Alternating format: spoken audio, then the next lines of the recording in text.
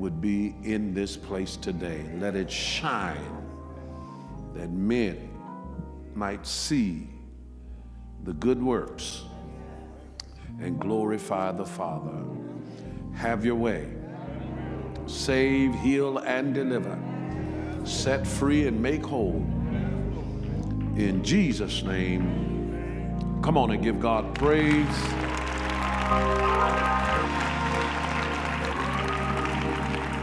How many are happy to be in Tuesday night Bible class?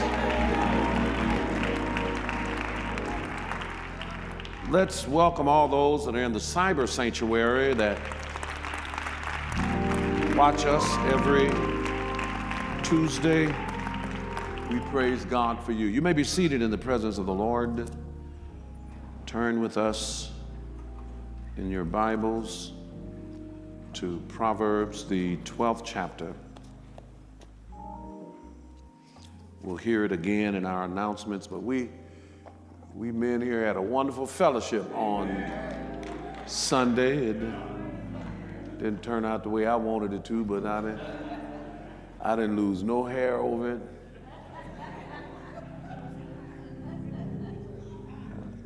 Didn't get any grayer. I didn't have nothing to lose. But we praise God. And we had, I would say, well over 100 people in the fellowship. Men and different pastors. Grandfathers brought their grandchildren, and then some folk just in the community that had heard it. So I appreciate what God is doing, because God's going to do some great things with the men of this church, leading men to salvation. And so this Thursday, I know it normally doesn't happen so early, but I'll have to be gone with PFI duties. So I'm inviting every man to join me this Thursday at 6:45 for our prayer and conversation. It's going to be a wonderful time, and I want all of the men to join me. Can I get a good baritone amen? Amen. Thank you, gentlemen. Proverbs, the 12th chapter. And let's begin at the, let's start at the 22nd verse. Proverbs 12 and 22. If you have it, indicate by shouting amen. Amen. Would you read? Lying lips are abomination to the Lord, but they that deal truly are his delight. Now, I'm trying to remain apolitical, because we are ambassadors of another kingdom. Our affection is on the things which are above, whose city and maker is God. The chastisement of our peace is upon him. He doesn't get elected, neither is he ever put out of the office that he occupies, because the government is on his shoulders. He didn't need any of us to bring the government. He brought his own government. I am troubled by the things that we're seeing going on, and as much as we have your political affiliations, and I am not a Democrat, neither am I a Republican. All right. I'm neither one of them, and I'm not afraid to tell you. But what is troubling to me is the fact that we look at President Donald Trump and watch him lie pathologically, and yet he garners the support of the evangelical community. Now, let me tell you why. Because the church has defined itself, or the American church has defined itself on two things. One is abortion. And they're doing all this crying over abortion, but they won't help somebody get educated that's alive. Now, y'all ain't got to say nothing. All right. The second thing is homosexuality. And not so much homosexuality as it is transgender. All right. Now, God never told you to cherry pick sin. Amen. Come on, sir. Amen. If you're guilty of one point, you're guilty of it all. Amen. And we're making this mistake. I don't know, somebody said they was gonna come see me because it was my last chance or something, because they don't like the way I talk about Trump. I don't talk about Trump, I just tell the truth. And wanted to see me because how can I be for abortion? I'm not for abortion. I ain't for abortion. I'm not for sex outside of marriage. I'm not for homosexuality. I'm not for transgenderism. I'm not for none of that, because all of it is against the scripture. But you don't get to cherry pick the sin you'll endure.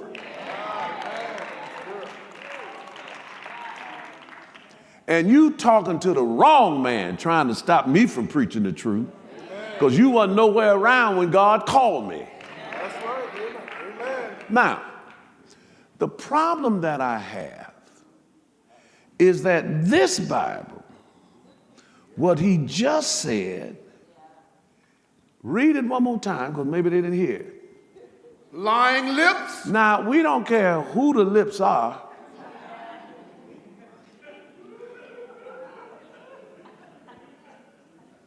Lying lips Are abomination to the Lord. Now, I heard the president lie when he said on January 6th, the people that entered the Congress, the Capitol Hill, they were not assaulted.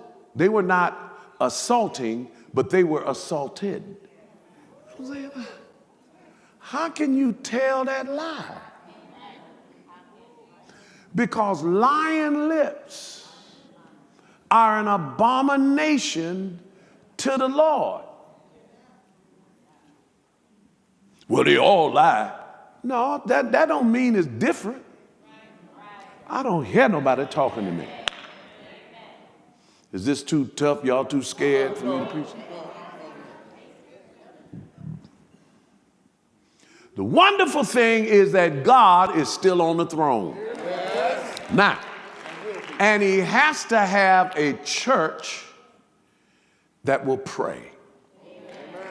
I pray for the president because he's my president. You understand what I'm saying? I pray for the Congress. I pray for the judicial system.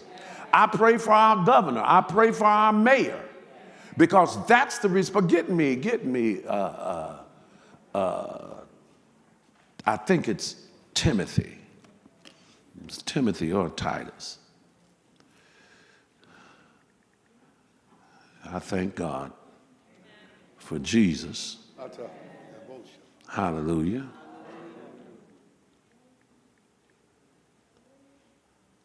Get me, Titus 2. No, 1 Timothy 2. 1 Timothy 2 and 1. What does it say? I exhort, therefore,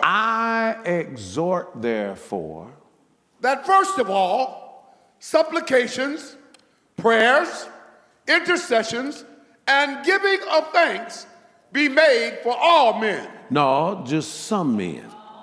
Those that are in your political party.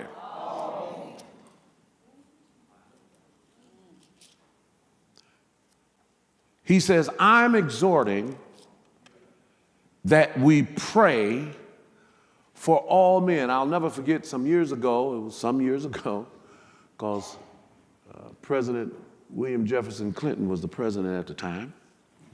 And I may have told you this story. And so they had a huge, we're going to have on the day of prayer, a huge prayer service.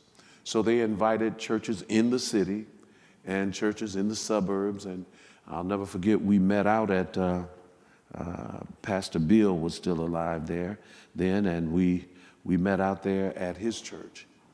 And there were a few hundred people, pastors and whatnot, and we were going through what the program would look like. And they asked the question, which I was totally unprepared for. They said, what if the president shows up? Well, they didn't really expect the president to come, but just in case, right? And so they asked the question, and I saw these folks get upset. He ain't my president. I had never heard that kind of language, because I didn't know that folk get upset with who they didn't get in office, and they mad at the one that got in there. But it's a democracy. So democracy rules. And what's so disturbing is that all these evangelical Christians want to act like God put Trump in office. But this is not a theocracy. It's a democracy. That's right. And the only reason he got in is because y'all went out and voted. And you certainly were going to have a black woman be your president. Now, y'all, come on, tell the truth.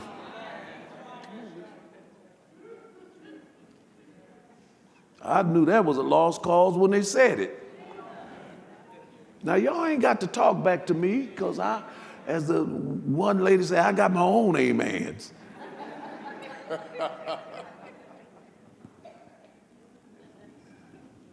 All right. When we understand, finish reading it. For kings and for all that are in authority. All that are in authority. That we may lead a quiet and peaceable life in all godliness and honesty. I got to pray for the one that's the head of this country.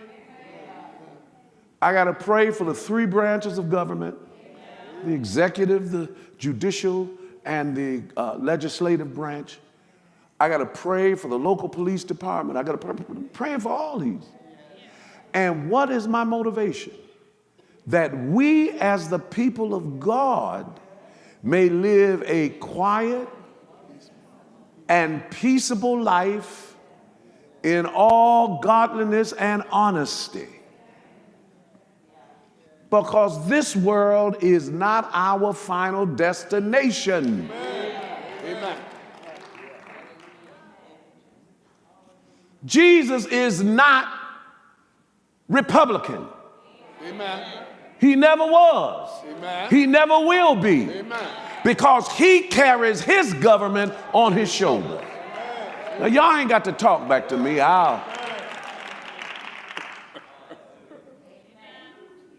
Hallelujah. Hallelujah. That's the reason we pray. That's the reason we pray for our president. Not because he right, and I don't have to change what the Bible says. If the Bible says that lying lips are an abomination to the Lord, then every time you lie, you are doing something that make God sick. That's what that word abomination means. It means to be sick. Lying lips are an abomination. I don't care how much money you got. Lying lips are an abomination. I don't care how much political clout you have. Lying lips. I'm going to say it till I get a response here. Lying lips are an abomination to the Lord. Yes, sir. All right, get me Proverbs 6 and 15. Therefore shall his give me calamity. 16. Let's go 16. These 6 things that the Lord hates. He hates these 6 things. I know you said, well, God hates these 6 things. Read. Yea, 7 are an abomination unto These him. 7 things are an abomination.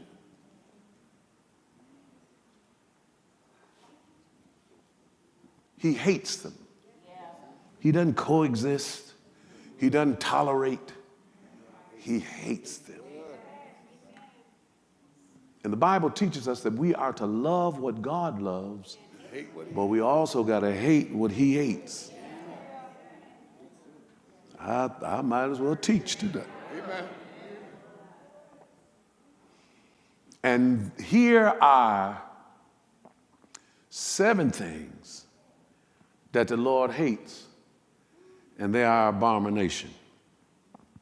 Now, I've told you that when you look on the back, the FDA has that they have to put on the back of the items the food items that you buy, what's in it. And it's done by the highest of weight to the lesser of weight. So if you have wheat flour, the first ingredient ought to be wheat. Sir. Shouldn't be a science project. And then as it goes on, it goes down. But I want you to watch these things that God hates. Numero uno is what? A proud look. A proud look. Because a proud look has to deal with you thinking you did it on your own. That you didn't need God's help. Act like you're there because you're just so wonderful.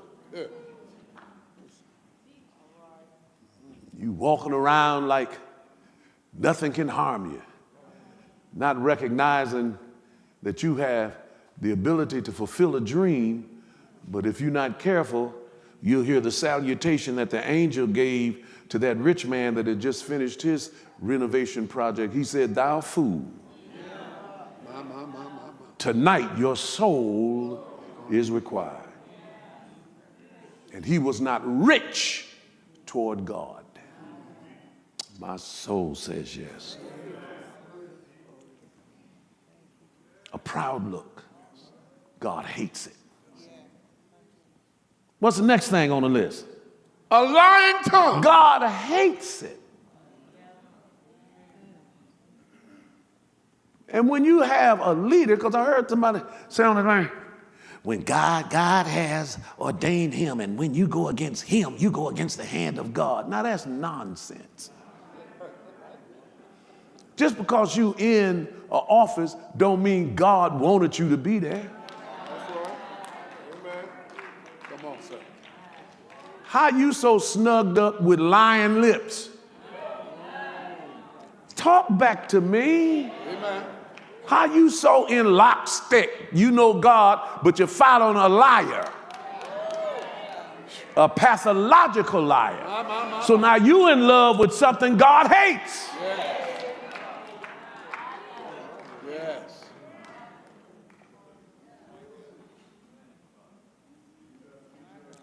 Proud look, lying tongue. And hands that shed innocent blood. Read. And a heart that devises wicked imaginations. Feet that'll be swift in running to mischief. Read. A false witness that speaketh lies. And he that soweth discord among brethren. He had to go back to that lie thing. Now, if I would use hands that shed innocent blood and made that a cause for abortion, all right? I cannot pick out hands that shed innocent blood and skip over the lying tongue. I have to be as forceful with that as I am with anything that he hates. Amen.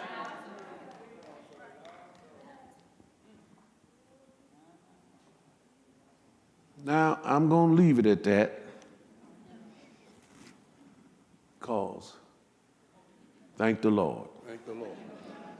Because I'm being seen all over the world here.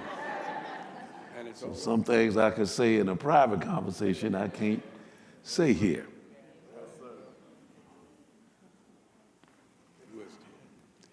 All right, let's go back to the other one. 12 and 22, what does it say? lying lips Lying lips. are abomination to the Lord. But God hates it, and he's sick of lying lips.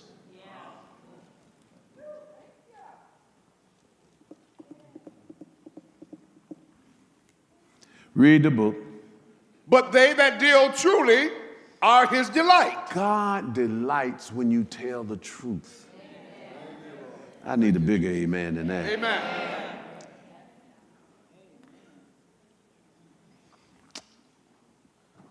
When you tell the truth, especially when it relates to your commission of sin, what you're saying is, God is right and I'm wrong. So I tell the truth because there's forgiveness with the Lord. Yes. But a lying tongue he hates. Yes. Read the book. A prudent man concealeth knowledge, but the heart of fools proclaimeth foolishness. We have to understand that being saved is not just in how we feel, but is in how we live. And the reason we come to hear the word of God is because we want to become more like him. There has to be a change in our behavior to the point that not only do you know you're doing better, your family know you're doing better, your husband know you're doing better, your wife knows you're doing better, your children know you're doing, your workers, co-workers know you, because they go, what happened? You seem to be different. I'm following the word of God. Amen. Hallelujah. So I can't come in here to the job proclaiming foolishness. That's right. Amen.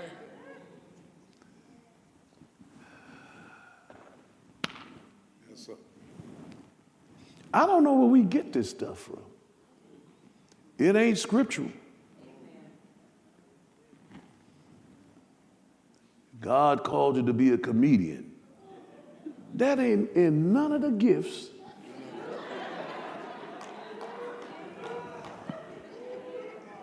In any of the chapters. But we make up stuff because we want to be like the world. My God.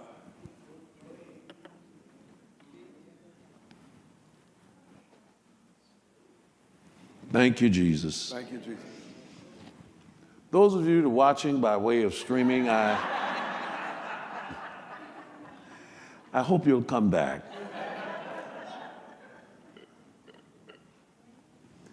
God wants to change your behavior. And he wants you, as we said on Sunday, not to be conformed, not to be made like the world, but to be transformed. Yes, sir. Not transgendered, but transformed.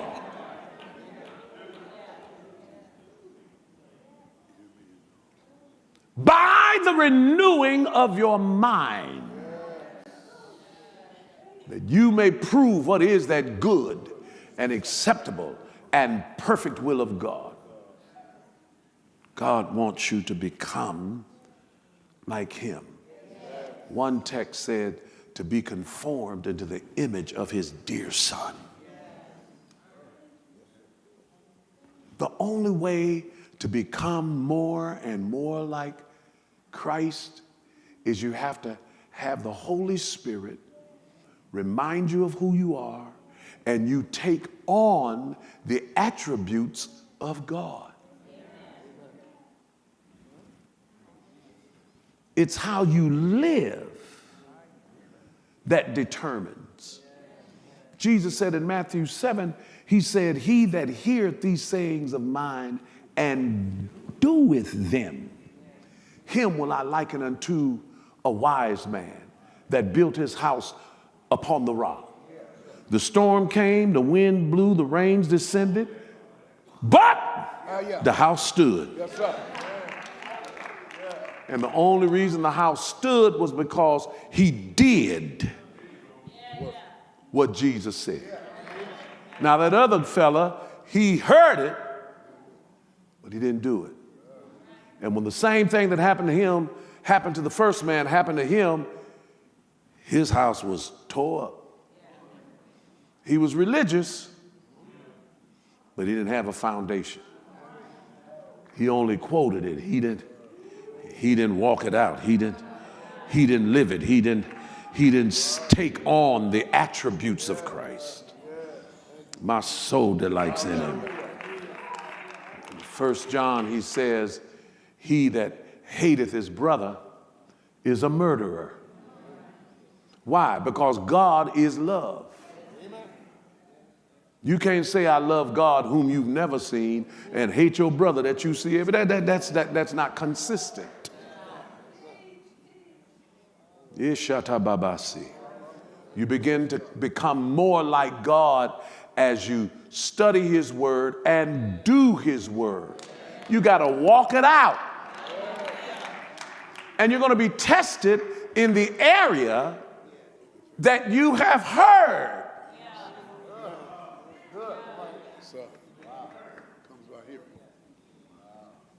Because you have a choice to make.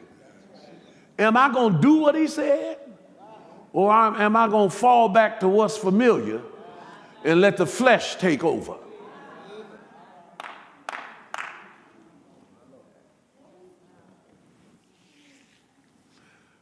Told you about the guy that was,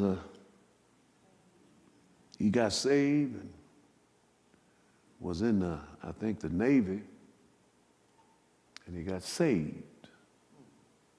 He was working the job, and a man came up to him and said, you saved? He just mopped it. He said, yeah.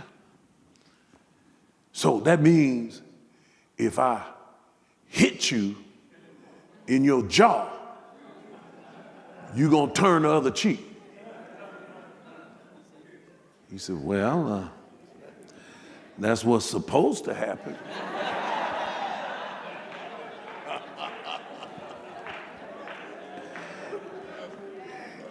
He said, but before I got saved, I would take a fella like you and mop him up like I'm doing this floor. So the guy chose not to swing on him. But when you hear the word of God, you're going to be tested in that area. Oh, that's why I want you to understand. Coming to church is not just to fill out your schedule on Sunday or to make you feel good that you did your religious duty. It's to walk it out. So I can't be racist and love my brother. I don't hear nobody talking to me. I can't just like my group. We got a lot of nonsense. Yeah. Yes, sir. This whole Christian nationalist is of the devil. Yes. And you can tell them to watch this because I believe it. Can't back down because folk might not like you. Jesus said, if you ain't hated, you ain't preaching. He said, because if you preach this gospel, you're going to be hated of all men. Come on, sir. I'm not mad at anybody. I'm really not. I'm just. It's all good.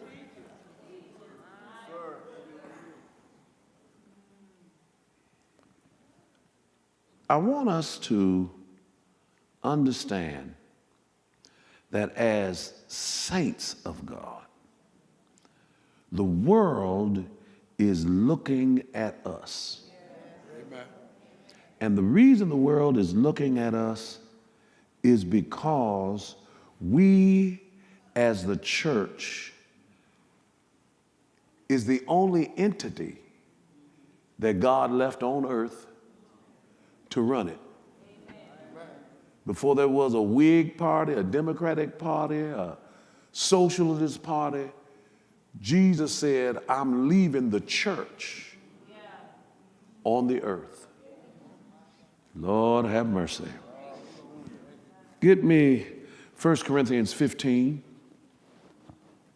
and begin reading at the,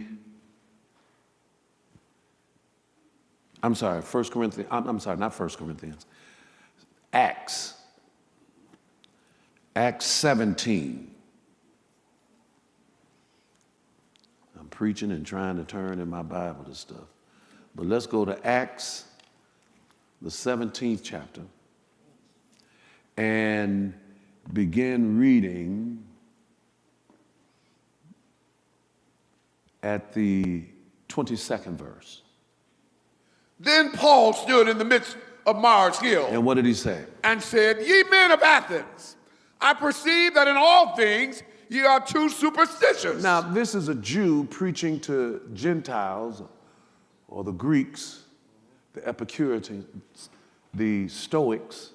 He's on Mars Hill, and he says, I perceive that you all are too superstitious. Read. For as I passed by and beheld your devotions, I found an altar with this inscription, to the unknown God. Everybody came with their idea of who God was. And they had a God for the wind, a God for the rain, a God for the sun, a God for the crops, a God for all kinds of things. And everything they could think of, they had a God for. And in case they missed it, they put up an inscription, this is for the God we don't know. And underneath it, they put the unknown God. Lord have mercy. Read the book. Whom therefore ye ignorantly worship. You don't know him, and the little bit you know, you're ignorant in it. Now, y'all can say what you want, but it is possible to have ignorant worship. Just because you worship don't mean God accept it. Well, I did, I did, but I couldn't. But you didn't know what you was doing. You see, doctrine, everybody say doctrine. Doctrine must control your worship.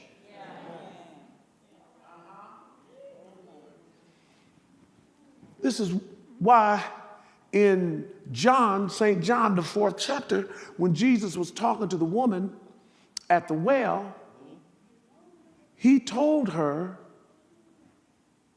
I'll give you water. that didn't come from this well. She said, well, Lord, give me that water. And he said, go tell your husband. Because now we got to deal with your issues. I don't know why y'all don't want to talk to me tonight, but we got to deal with your issue. You want this water? We got to deal with it. I'm going to give it to you. And a lot of us have been touched by God. And we think the touch was it. The touch wasn't it. Hallelujah. John, the 9th chapter, you find a man that was born blind. He was over 40 years old. He had never saw the sun rise or the moon set. And Jesus touched him, spit on the ground, put clay on his eyes, told him to go wash in the pool of Siloam, and if he obeyed him, he would get his sight.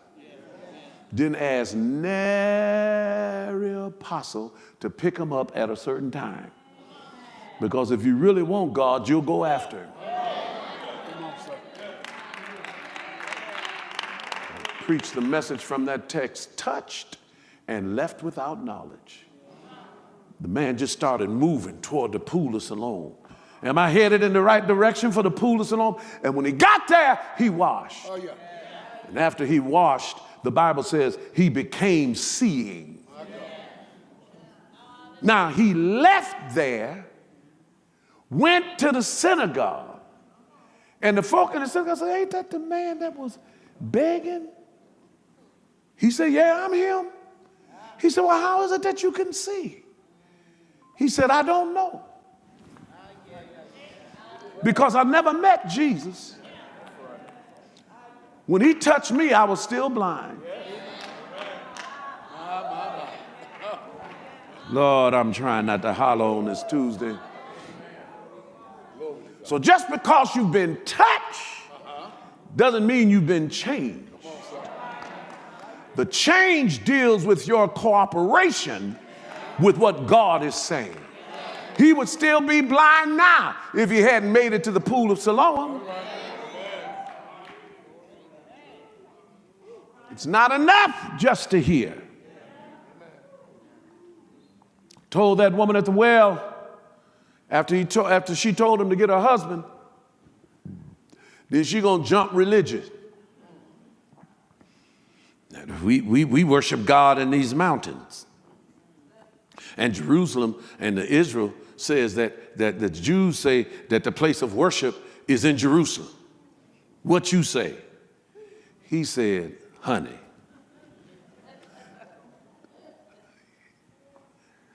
He could have told her, I am the word. But he didn't do that. He said, let me explain something to you. The oracles of God was given to the Jews. What you worship ignorantly.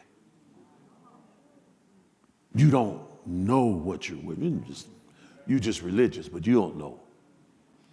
But that ain't why I'm here. I'm not here to get in a biblical Torah debate with you. I'm here to let you know that the hour is coming, and now is, when they that worship God, y'all ain't gonna talk back to me today. They that worship him must worship him in spirit and in truth. Jesus explained to her, you've been married 6 times, and the man you with now ain't your husband. You know what she did? She dropped all of the religious attitude. And she said, I heard about God to give you to know that she was not completely dull of what her expectation was. She said, I heard that when Messiah comes, he would tell me all things concerning me. we're too nervous about the other fella.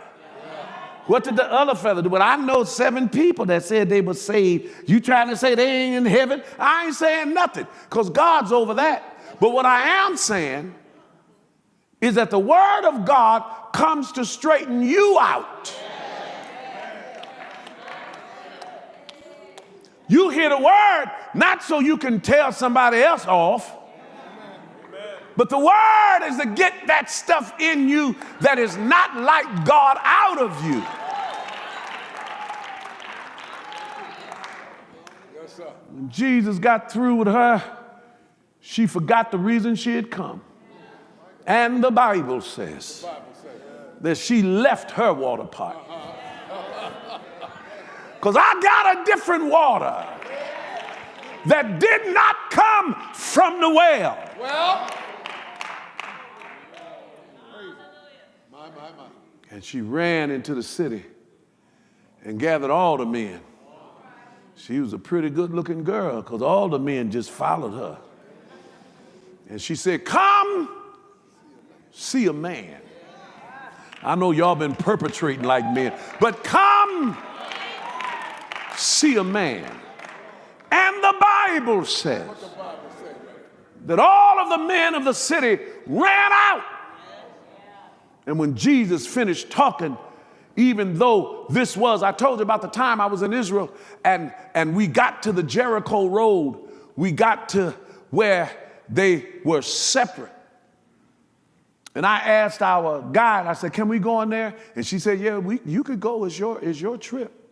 I got excited. She said, but I'd have to get off the bus. I said, why? She said, because I'm Jewish and they'll kill me.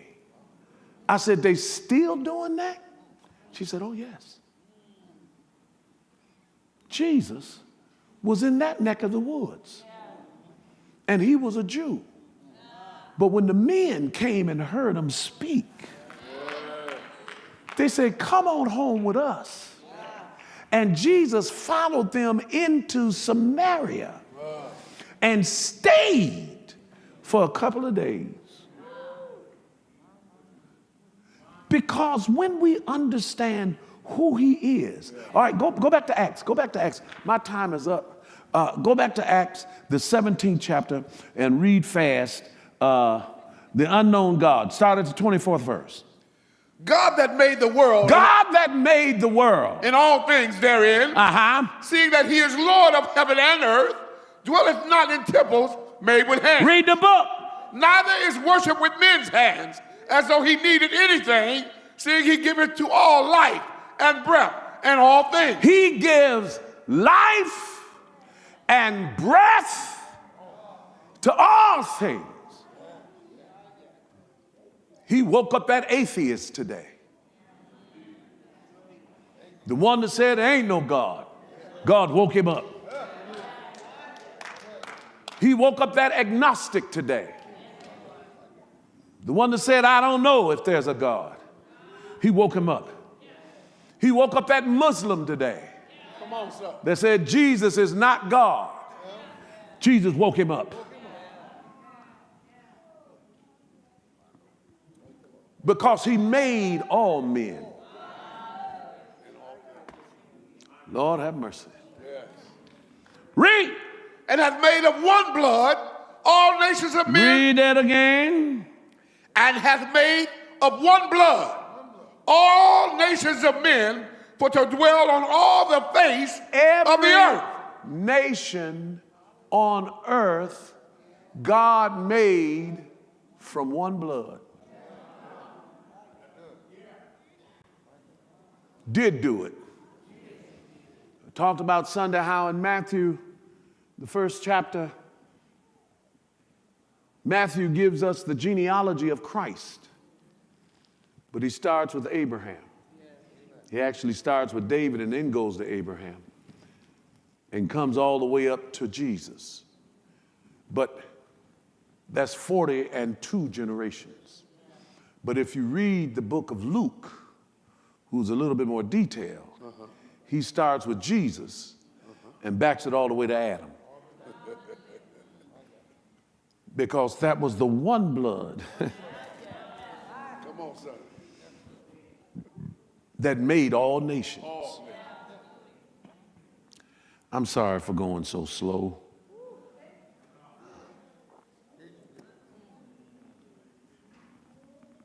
Let's go back to Proverbs 12 and 23, and I'll stop. A prudent man concealeth knowledge, but the heart of fools proclaimeth foolishness. Everything you know, you are not to tell.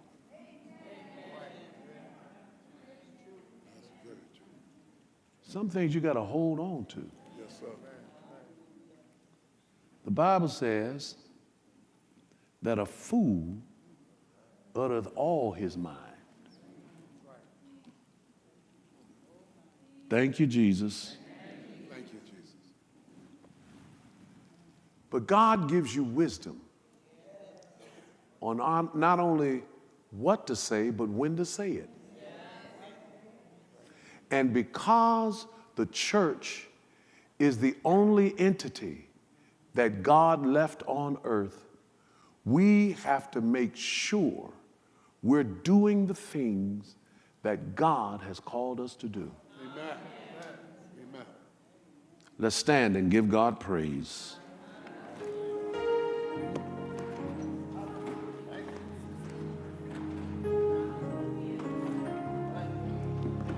Come on and give him praise.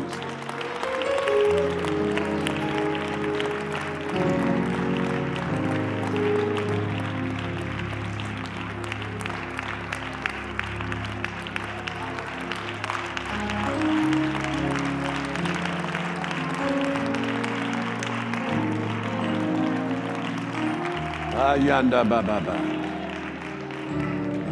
Father, your presence is here. We love all people. We love your word. We will not stoop to hatred because it is beneath you. We pray for those that we disagree with. We love those that we disagree with, that have a different opinion. Because, Father, you look beyond our faults and you help our needs. In the name of the Lord Jesus, give us a heart like you. Give us to mind those things that are important to you.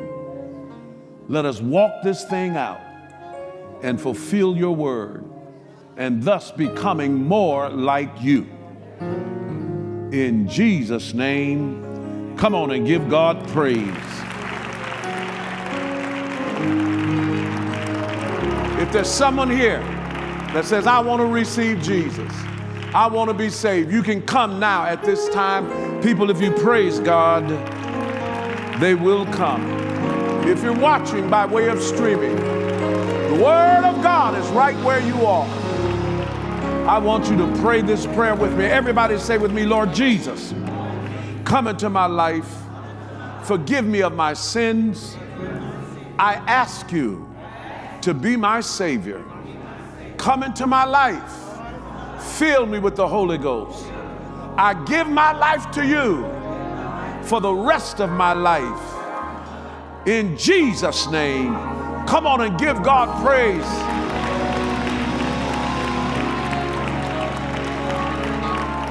If you prayed that prayer, then send an email to salvation@perfectingchurch.org, and we will have a minister that will get in touch with you personally. Come on and give God praise as you take your seats.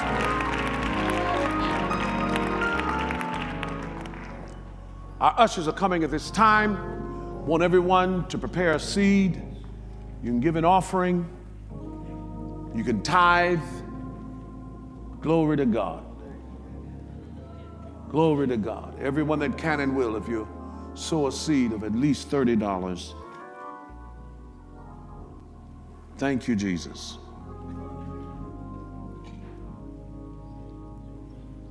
His truth is marching on. His truth is still marches on. His truth still marches on. And say it with me. His truth still marches on. His truth still marches on.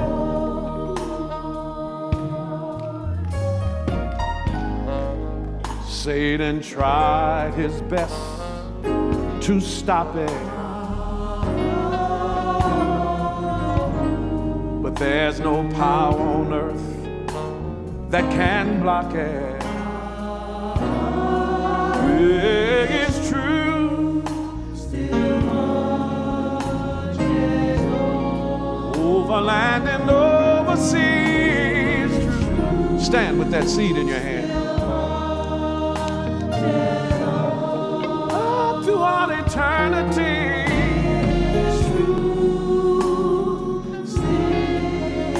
Lift that offering up. Father, we honor you. We praise you for your kindness, your faithfulness.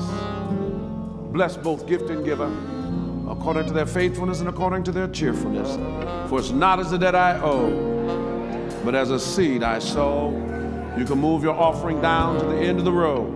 Person on the end remains standing until the finance department comes to collect it. Here.